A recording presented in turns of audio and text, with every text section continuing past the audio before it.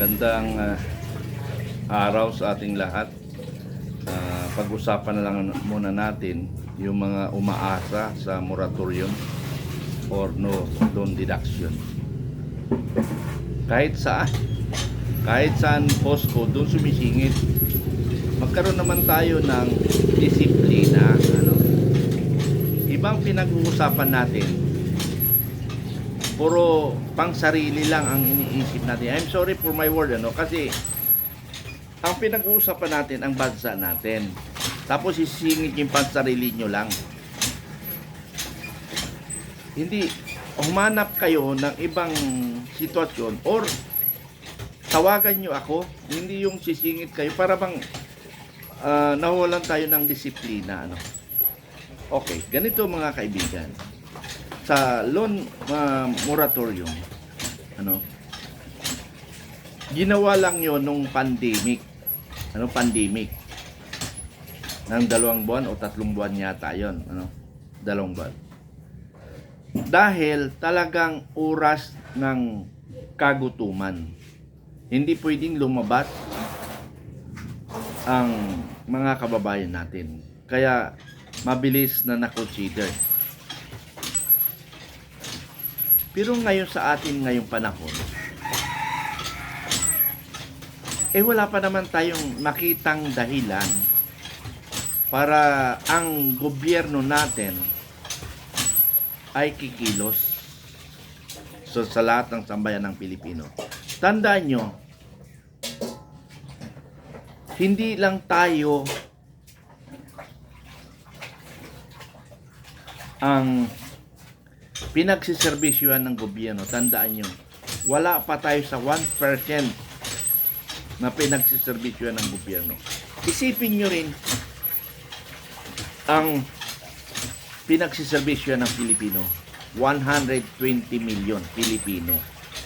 Tayong mga pensyonado, tayong mga mahilig sa loan, siguro wala pa tayo sa 75,000. Wala pa tayo sa 75,000 na nangangailangan ng loan moratorium. Masaya ako kung walang no deduction, because magkakaroon ako ng kada isang buwan mayroon akong more or less 100,000. So kung 2 buwan may 200,000 ako. So masaya ako dahil may magagamit ako.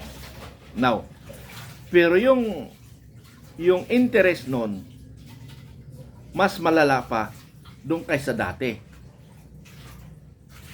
At nagka-problema tayo dyan noon. Mayroong hindi nadidakan, mayroong nadidakan ng doble interest. Depende yan sa marunong magsalita, magdepensa, o marunong mag-interpret ng batas. Okay. Kaya ko pinapaliwanag ito. Ang daming nag-aasa, ang daming umaasa. May mga kasama natin ng mga bugok. Bakit bugok? Magpapadala sila, magpo-post sila. So yung mga iba naman na hindi nag-iisip, naluloko na, kumbaga nalilipong na sila. Naniniwala, hindi naniniwala. So mayroong kasamaan talaga tayo na walang magawa kung hindi paglulukuin yung mga pensyonado. Bakit pinagluloko ang mga pensyonado? Makarinig lang, makarinig lang ng chismis, nagkagulo na sila, hindi na makatulog.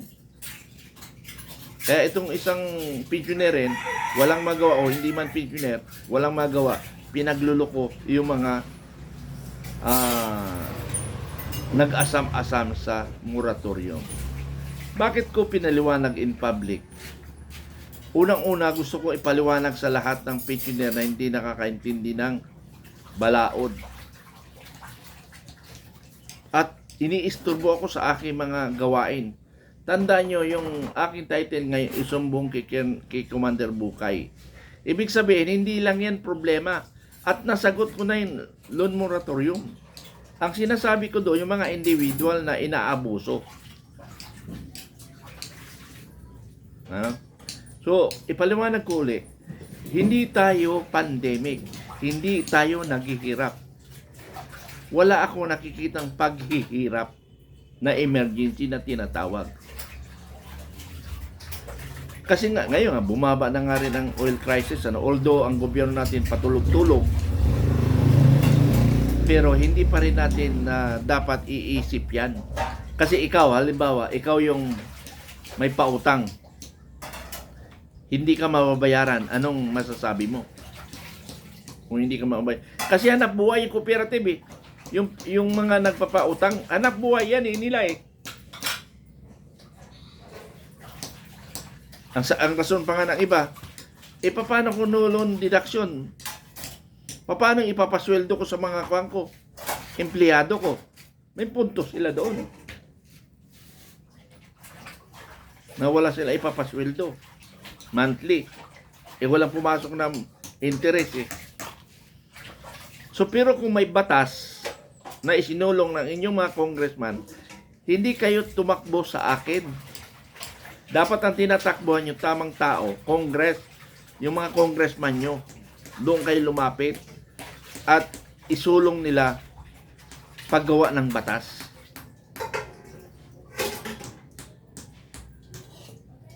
Ganon.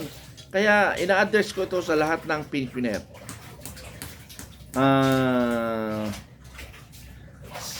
Civilian man or MUP ka, wala pa tayo sa krisis talaga. Wala pa tayo sa krisis.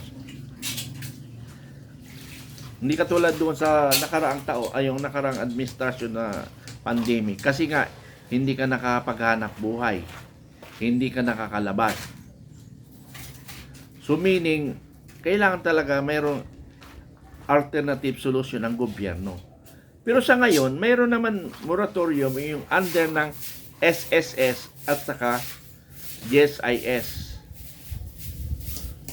Dahil doon sa SSS, karamihan doon at saka GSIS, mas mababa yung kanilang pensyon. Mas mababa yung pensyon kaysa sa atin. Yung below 10,000, yun yung mga sinusuportahan. Palagay ko sa MUP, walang nagpipensyon ng below 10,000 eh. Di ba? Walang nagpipensyon sa atin na below 10,000.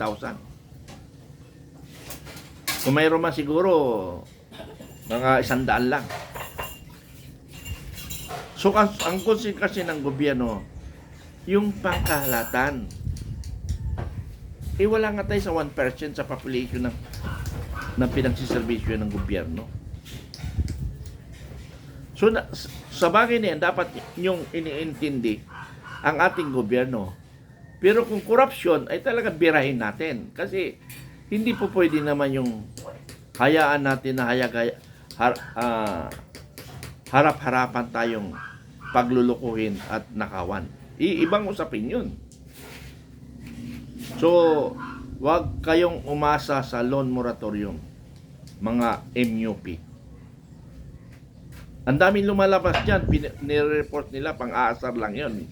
Tapos kayo naman, nalilipong kayo pagka hindi na kayo makatulog, sana matupad na yun. Kaya nga hindi ako gumawa ng sulat. I'm sorry those people o those kabaro na gumawa ng letter in support to the pensioner. Hindi ako gumawa. At hindi ako nakipaglaban doon. Because that is only a consideration or privilege.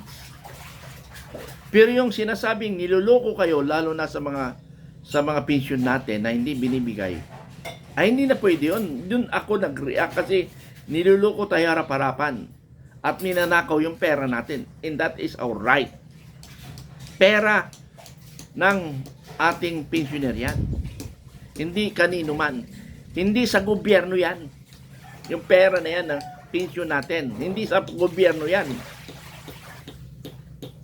Hindi yan sa taong bayan.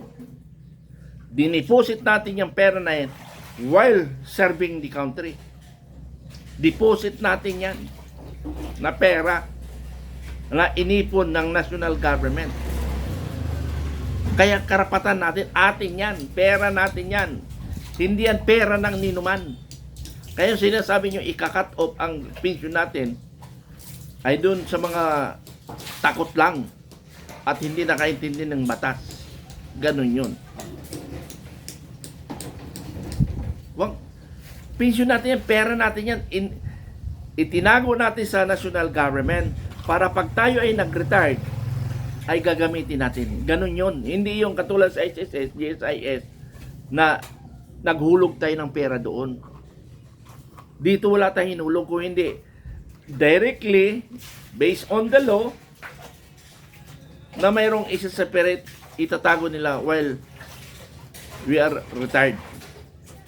So, naintindihan natin, wala pa tayong emergency na para mag-loan moratorium. Kaya hindi ako gumawa ng sulat at hindi ako nakikipaglaban dyan. Kasi hindi nga natin karapatan yan eh. Hindi naman tayo inabuto dyan eh. Tapos ngayon, tuturuan nyo ako. Kahit hindi nyo ako turuan, kahit hindi nyo ako i-request, kung alam ko mayroong inaapi,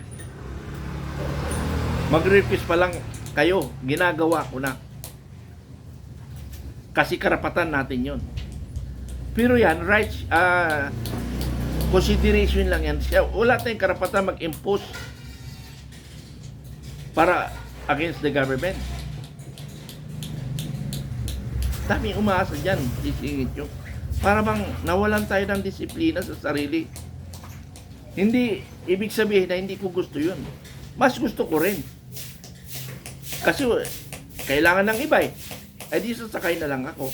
Pero yung utusan nyo ako, hindi tayo inaapi. Hindi tayo niloloko. Kaya hindi ako pumapalag. Kaya hindi rin ako gumawa ng sulat.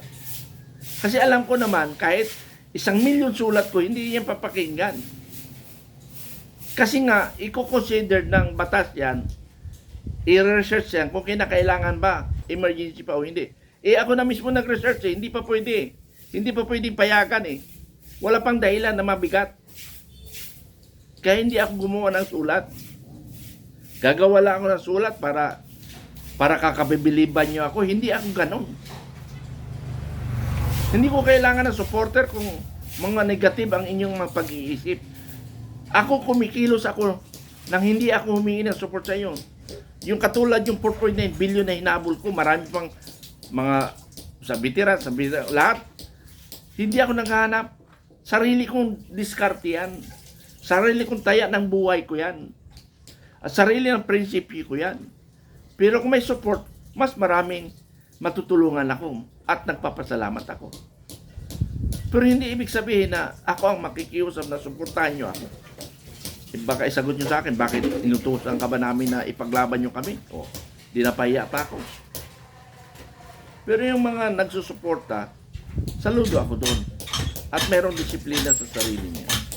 So yun lang, ako matulungin sa dapat tulungan. Pero kung walang disiplina, hindi ko yan tinutulungan. Kasi siya mismo hindi niya madisiplina sa sarili niya. Yun lang, maraming salamat mga kaibigan. Bye-bye.